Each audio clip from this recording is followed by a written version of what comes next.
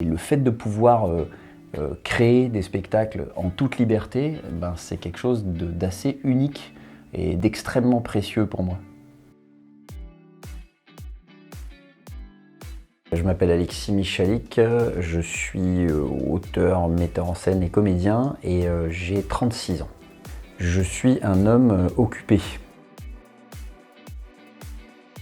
Ma mère, c'est quelqu'un de très dynamique, très généreux, qui pense jamais à elle, qui fait beaucoup de choses et qui sait très bien organiser les choses. Donc je pense que j'ai pris d'elle ce goût pour la planification et pour l'organisation. Et mon père, c'est plus quelqu'un qui est un artiste, un intellectuel, mais qui est moins porté sur les choses pragmatiques qui composent notre existence. Je pense que j'ai pris un peu des deux.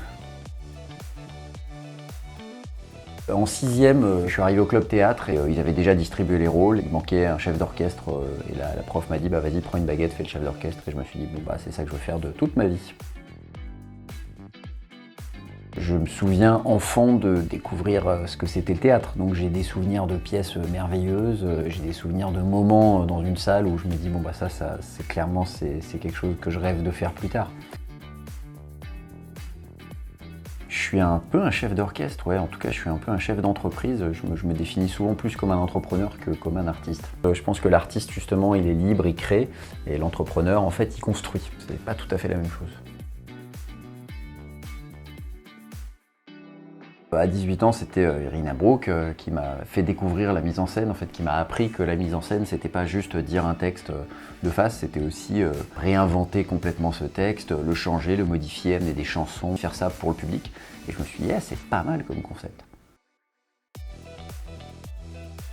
J'ai plein de projets dans ma tête qui se développent, mais ça ne veut pas dire qu'ils vont forcément aller au bout. Si je sortais mon téléphone, il y a plein de petits fichiers notes sur lesquels il y a plein d'histoires à différents stades de développement. Il y en a que j'ai en tête depuis 10 ans, qui existent, mais que je vais peut-être jamais monter. Il y en a qui tout d'un coup vont m'arriver et je vais me dire c'est maintenant, c'est ça qu'il faut que je fasse. Ça dépend quoi. J'étais en train d'écouter une chanson il y a un an et demi, et je me suis dit c'est marrant, ça me fait penser à une scène, et je vois une scène, et ce serait une super scène de fin. En écoutant et en réécoutant la chanson, la scène elle m'apparaissait limpide. Seulement j'avais la fin, mais j'avais pas du tout le reste du spectacle. Ça m'est resté un peu dans la tête, et de temps en temps, comme un peu toutes les histoires, je prenais quelques notes sur qu'est-ce que ça pourrait devenir. L'été passé, là, il s'est passé un événement dans ma vie qui a fait que tout d'un coup, j'ai eu vraiment le moteur pour écrire cette histoire. Donc c'est un mélange entre une idée qui m'est venue complètement par un biais pas du tout personnel et une envie assez personnelle d'aborder ces thématiques.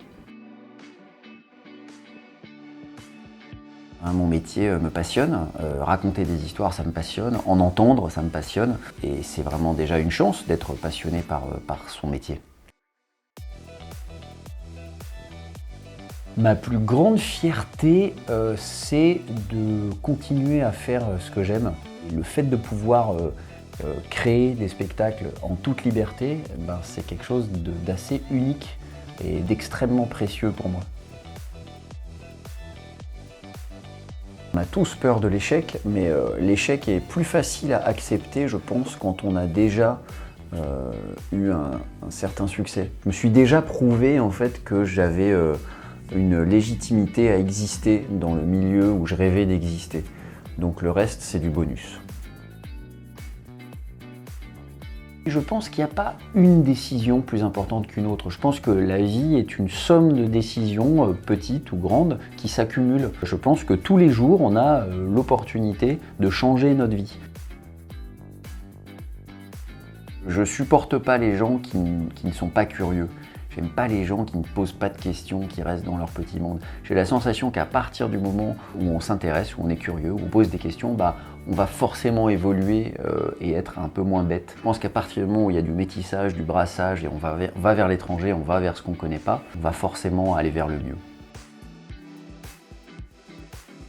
D'une manière générale, je pense que la base de tous les maux, c'est l'inégalité sociale. Une injustice face à une homophobie, un racisme, un sexisme, tous ces groupes de gens qui sont stigmatisés. Et je pense que c'est des choses sur lesquelles on peut agir, sur lesquelles on peut tous agir, par la loi, par une prise de conscience collective, par des actions individuelles.